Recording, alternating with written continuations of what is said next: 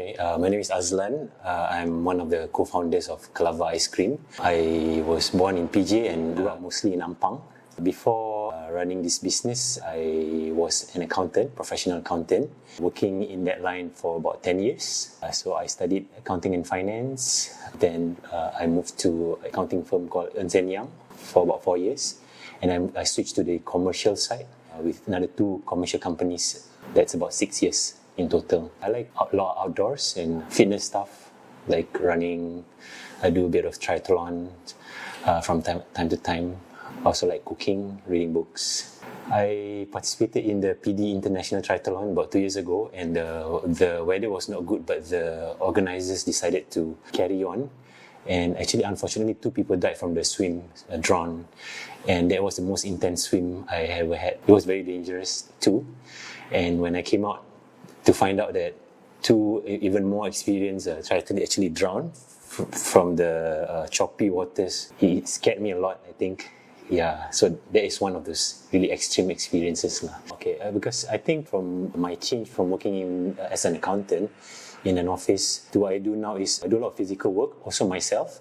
So like being active in sport, I kind of don't mind moving. Actually, I quite enjoy it. Like just moving all day, having to carry a bit of stuff into the car, go and buy things, wash things myself. I kind of don't mind doing all these physical works because I like to be active. The brand name is Kelava, which is a word combination of Kelapa, which means coconut in Malay, and love. So you can imagine if you combine Kelapa and love, you get Kelava. The reason for this is Kelapa, or rather coconut milk, is the main ingredient of our ice cream. The uniqueness of our brand is entirely plant-based, or if you're familiar with the term vegan, it means something that is free from animal products.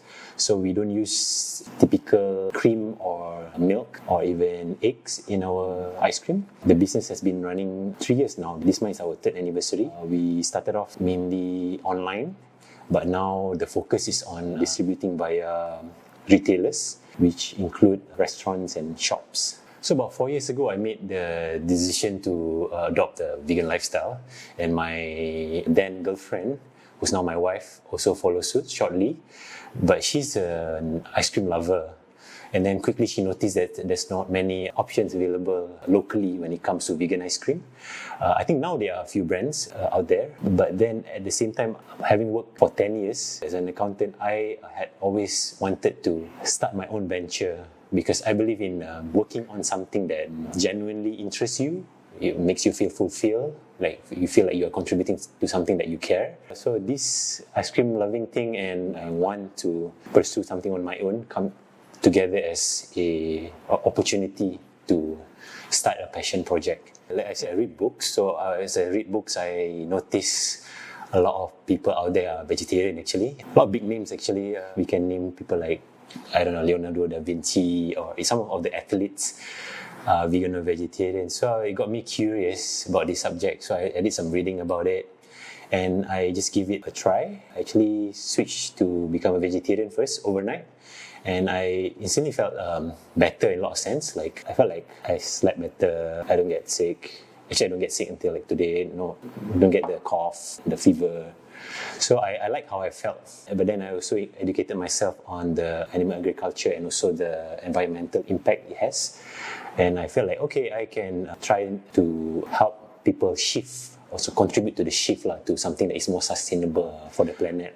And eating out is always been a challenge because, as you know, Malaysians, we eat chicken, egg with almost anything, fish. Especially the Malay dishes, we always have belacan at least. Even in the vegetable dishes, we have belacan and shrimps, stuff like that. So it's a bit of a challenge. But as you spend living in PJ, it's actually a lot of options for vegetarian food. You tend to know where you can get your stuff. And also, thankfully, there are more businesses like ourselves, proper restaurants actually, not like ourselves, who are offering vegetarian and vegan food out there. Or just mix. They would still sell the usual stuff, but they have an option So I think the options are increasing out there, so it's easier for us. When I first went vegan, I didn't know any vegan personally. I only know those people I search online, and then the first vegan I know was my wife personally. But now we have so many friends because thanks to I think things like social media, it brings people of similar interests together. I would say, but it's still less than 1% of the entire population, I think. But if I were to single out a demography, is young people, 30 years old and younger, who are more open to this idea of plant-based or vegan. We first thought about the business, when we were just toying with the idea, we thought that would be the case. But then we realized that, first of all, vegan makes up less than 1%, probably 0.1% of the population. And they tend to be, not say health freaks, but maybe health conscious. And ice creams are not really something you want to consume too much of, I guess, if you're health conscious. So we realized that ice cream, as long as it's good, let's say a lot of the kuih Melayu are actually vegan. If I say thosai, people love eating thosai or roti canai, those things are vegan anyway. So we realized that our customer base are actually everyone. But when we try to convince people why they should go for a vegan ice cream rather than the conventional one, we try to make them think about lactose intolerance, because apparently the majority of Asians are lactose intolerant without knowing. So if you don't take, let's say, you have pretty much the same thing in terms of calorie and content of saturated fats and all, quite similar, but this one doesn't have lactose.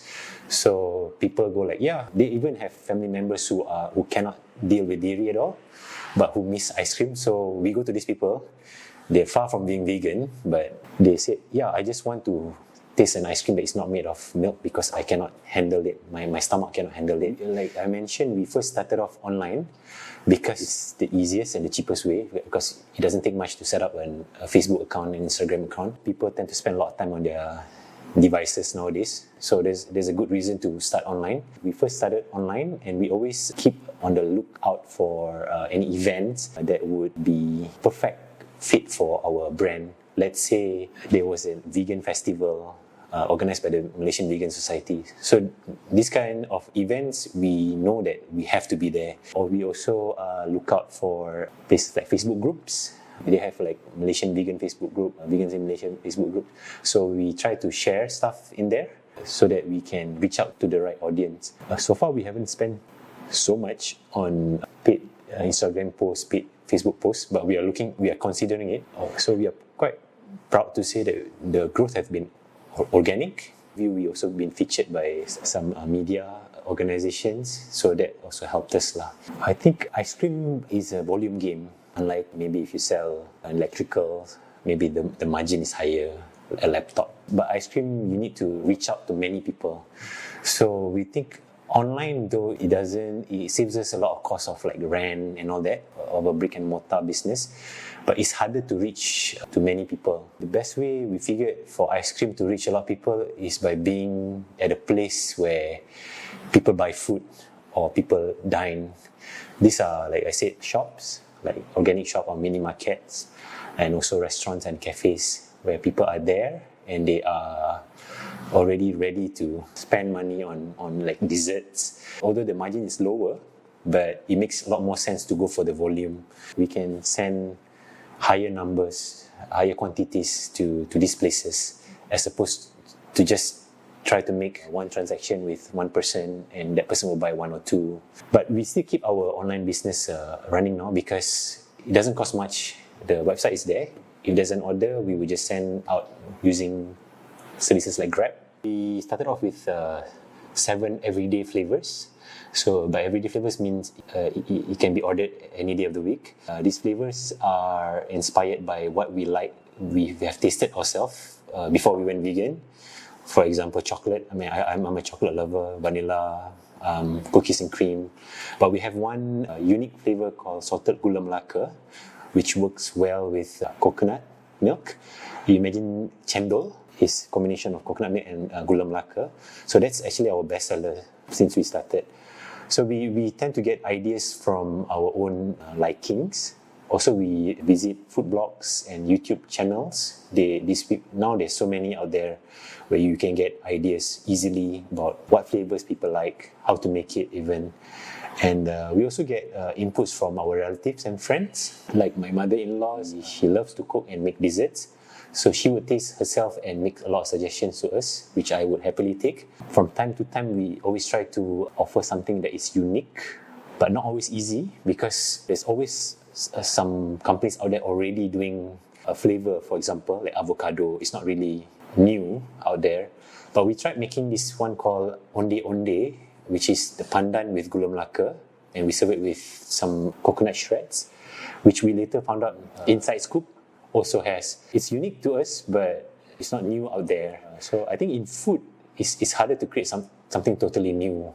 Our ice cream is, first of all, unique in the sense of its ingredient, like I mentioned earlier, or the fact that it's been vegan, plant-based and all that. We also focus our brand on creating an indulgent substitute to the conventional ice cream.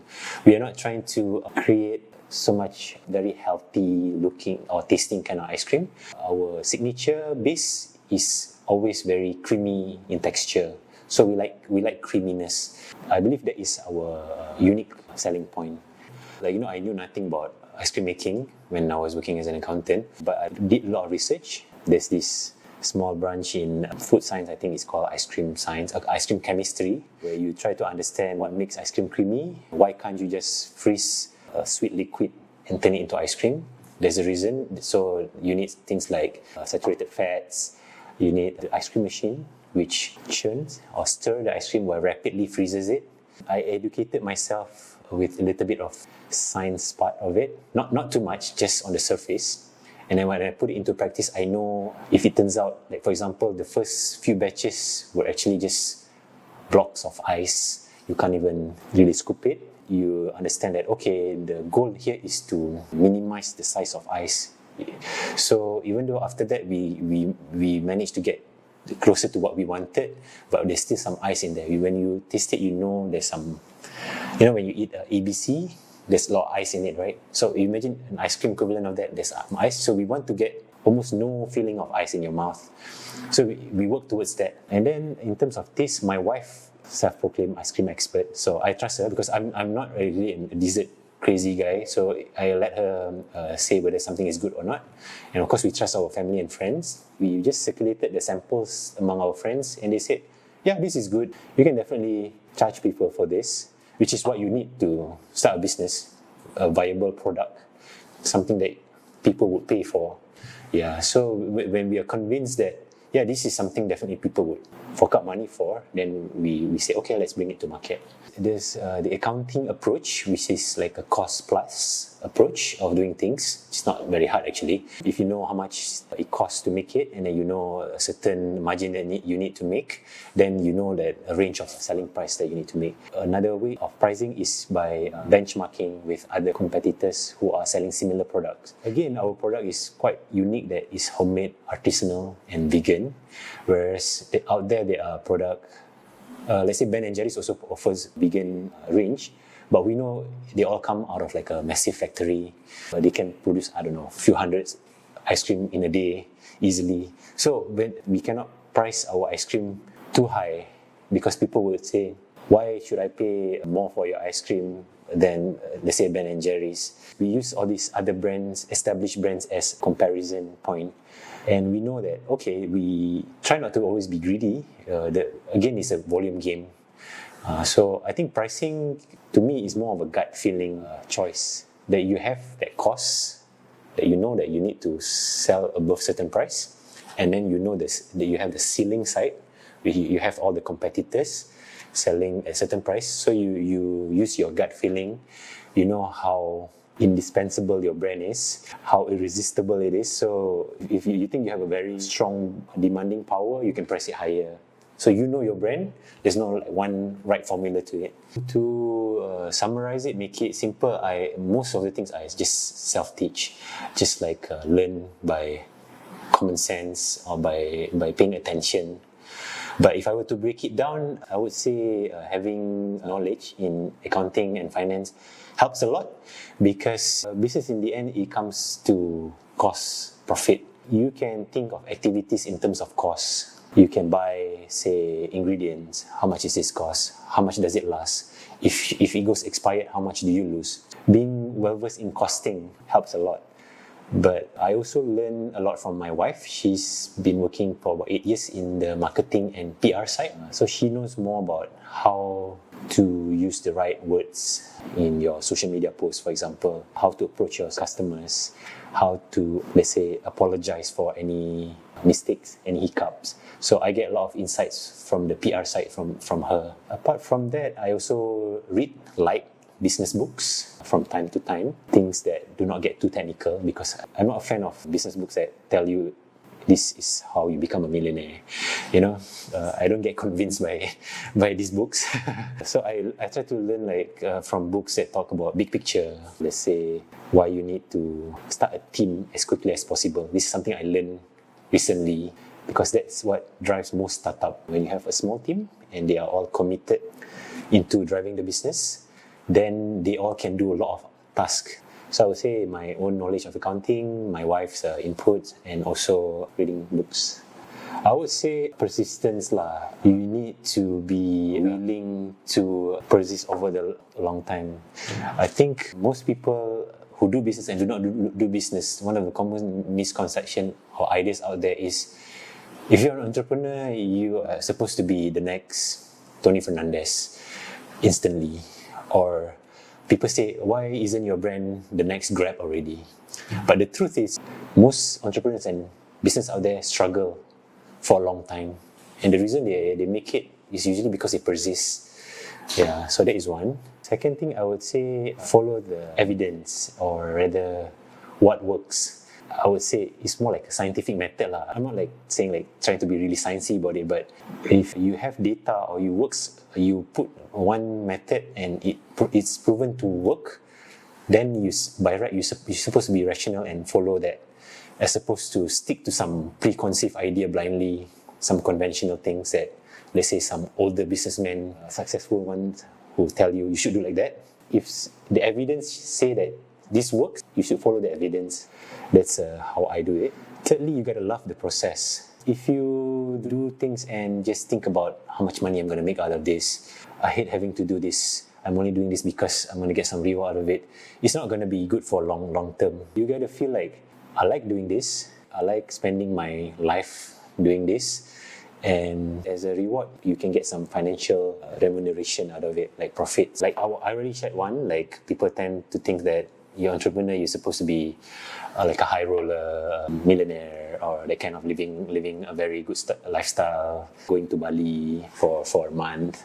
I think that is not. Entrepreneurship is a lot about working, taking risk, being free, but also free to fall, freedom to use your own judgment, freedom to pursue your own interests. There's also freedom to fall. So I think the misconception is, one thing is that it's all glamorous and money making. The second thing, I think people tend to miss the point of impact. People tend to ask whether you're doing well in terms of how many employees you have, or how many outlets you have. You can have 10 outlets, you can have 5,000 employees, but this doesn't necessarily mean you are achieving your goals. So you have certain impacts. Like my impact goal is, which I think I have been achieving, is to just get people to eat more vegan stuff. The fact that my sales is increasing over the quarter to quarter, it just simply means more and more Malaysians are eating vegan products out there.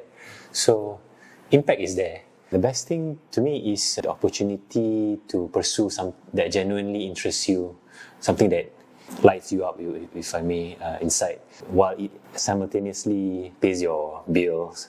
This is the best reason. Also, I find the freedom to my own daily schedule, something that is very hard to let go, I think, because once you know that you can arrange your life to, say, live more and work less, of course you would want more of that quality of life. I'm not talking about sleeping more or doing wasteful activities. I'm talking about doing things like seeing your parents more, for example.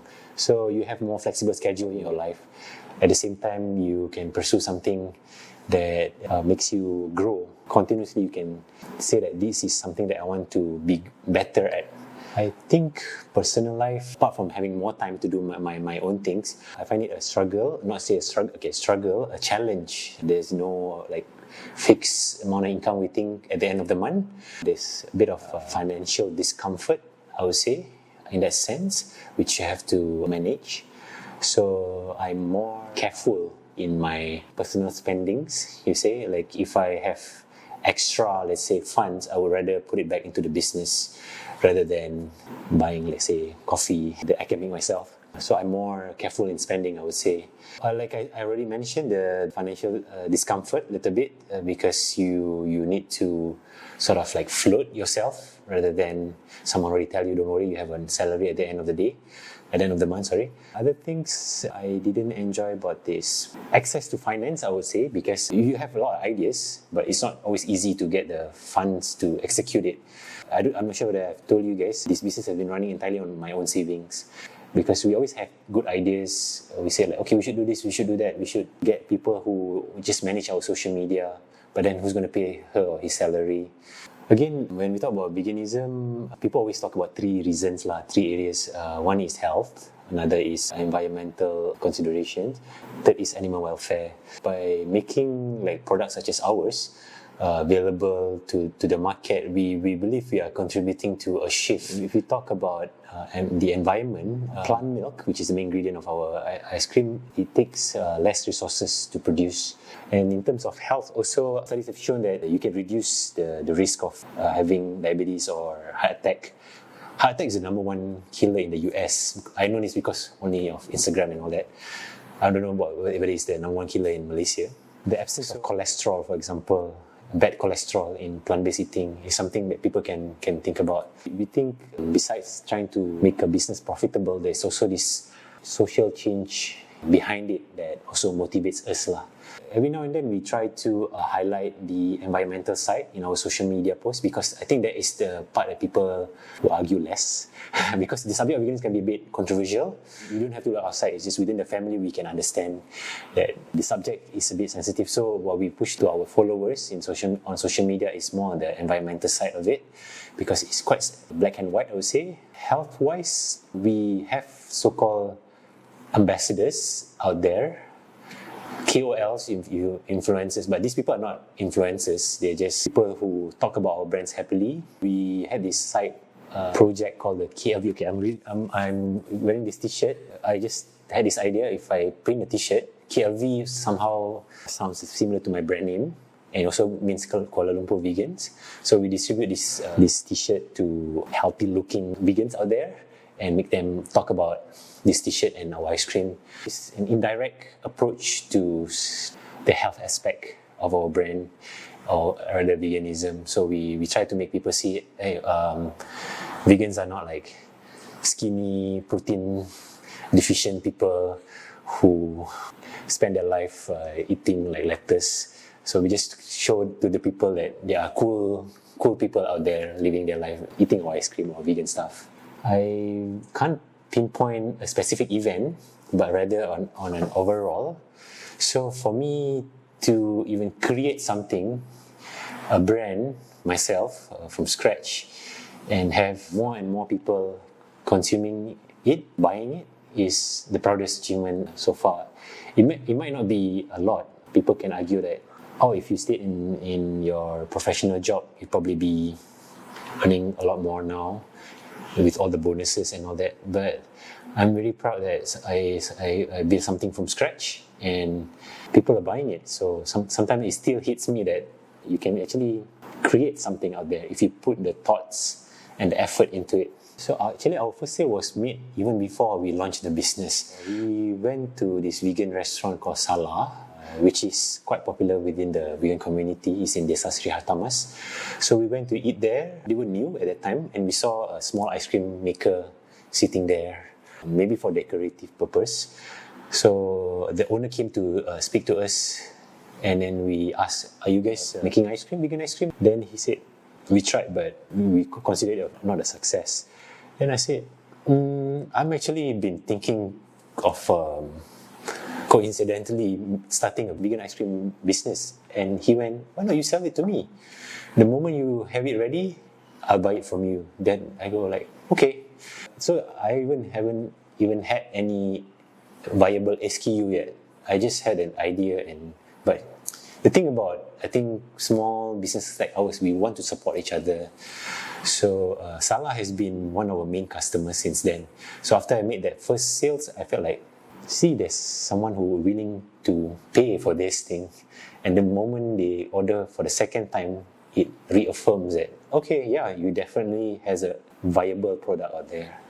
Because when we had that trial and error experimenting phase, we know that most people would consider this legit ice cream, or at least something that they would call ice cream lah. So it didn't come as much as a surprise to us, but we felt, okay, this is the first step done, on to the next step. So the feeling is rather nervous to embark this list of work that we need to do.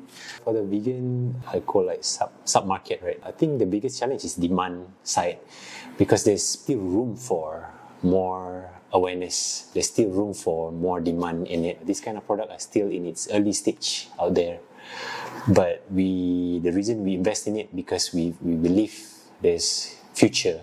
So I would say the biggest challenge is people either misinformed or they're just not aware.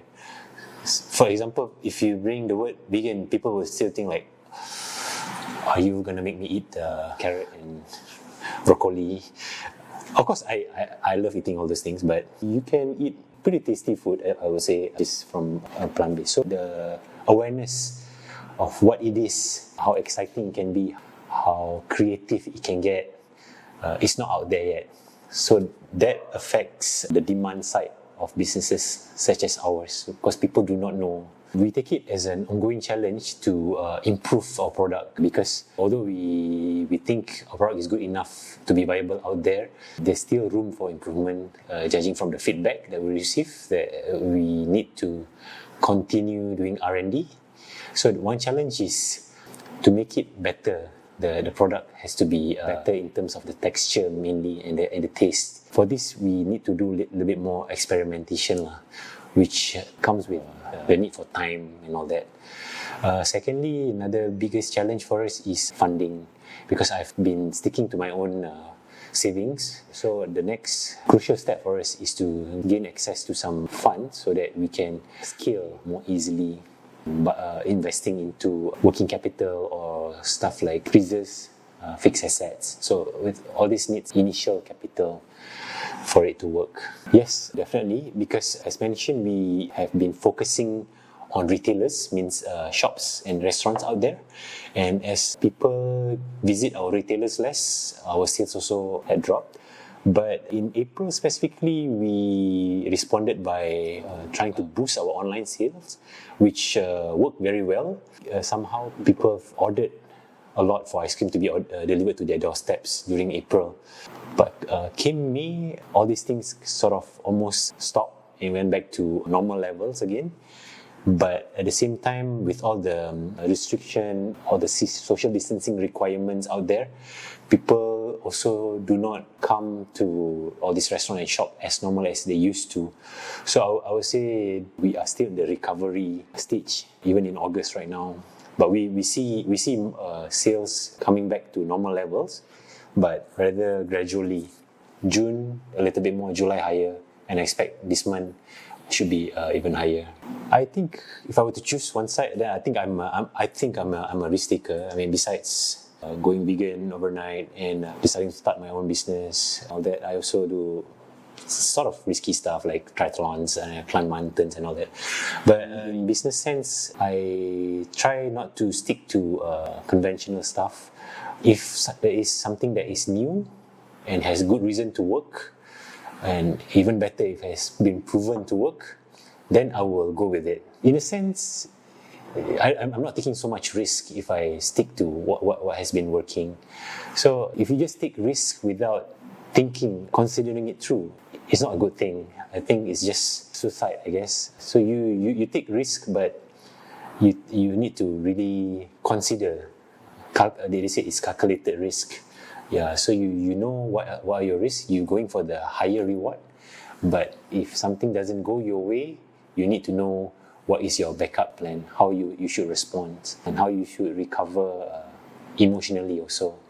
You need to have the EQ for it. I think one mistake that I did is I didn't set up a team quick enough. I used to think that I can do everything myself, which I eventually did for at least 2 years, over 2 years. It's not like I couldn't do all these things. All these things you can execute, but you only have less than, if you sleep for 8 hours, you have 24 minus 8 hours in a day of time to work, and you need your rest. You need to manage your stress. So the truth is, you can't do everything yourself. You need to start with a team of, again, committed individuals. This is what I learned.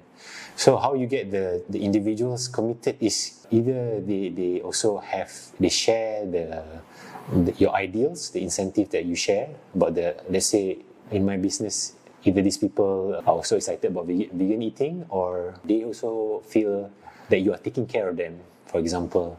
So I think the team cannot be just there because they are getting paid. Then it's harder for you to get them to do the harder things, the thing that matters.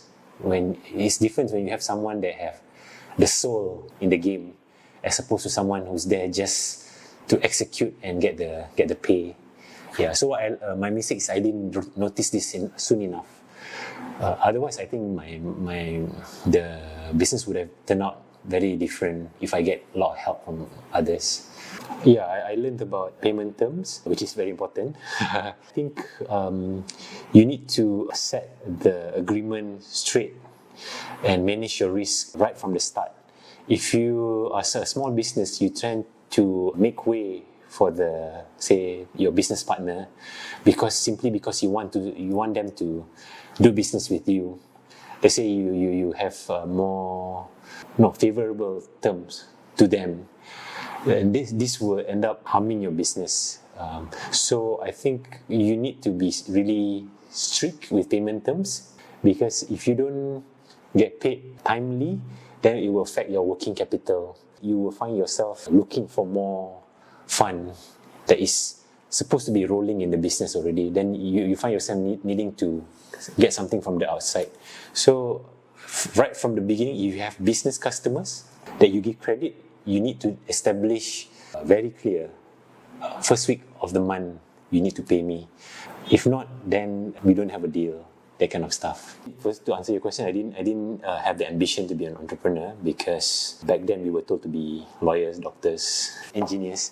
Nobody is born to be an entrepreneur. You sort of work at it and get better at it. So finding what to do is one thing. People talk about passion a lot, finding about your passion. Well, it's good to have your passion, working on your passion, but once you find it, it's not going to happen by itself. So for me personally, I find the motivation in getting better. I can also say, even if it's not your passion, but if you keep getting better at it, you will find reward in that itself by getting better at something. So I find entrepreneurship as like a field that I'm continuously learning, and as I get better in it, I feel that I want to get even better, even learn more about it. So I don't think anyone is born an entrepreneur. You need to work at it, learn, grow. The thought that I want life. So in your one life, you want to make something good happen, spend it the way that you won't regret it later.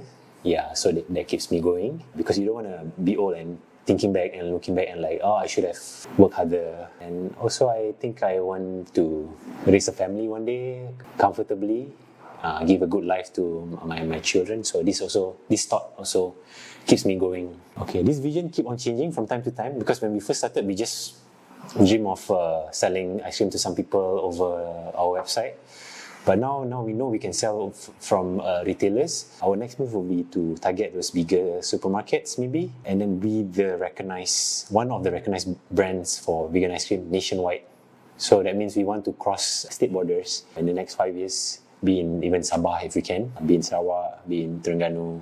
And if this goes well, it shouldn't stop there. We've seen so many imported brands here. There's no reason why we should not send it to Australia, where there's a really big vegan market there, Singapore, even places like Taiwan and Hong Kong. We heard there are demand for this kind of products. Of course, in the West, where coconut is such a magical thing, they think coconut is such a magic fruit, but that is further. So yeah, my point is we will look into importing as well if things goes well. I think it's a personal thing. So this thing is also my personal opinion. Shouldn't take it too seriously if you don't agree. So I think you should pursue entrepreneurship if you think you're someone who values freedom over comfort. It's quite philosophical. I like this analogy pointed out by this author called Nicholas Taleb in his book Skin in the Game. Actually, I like the analogy more than I like the book itself. So he makes the reader ask whether you are a dog or a wolf.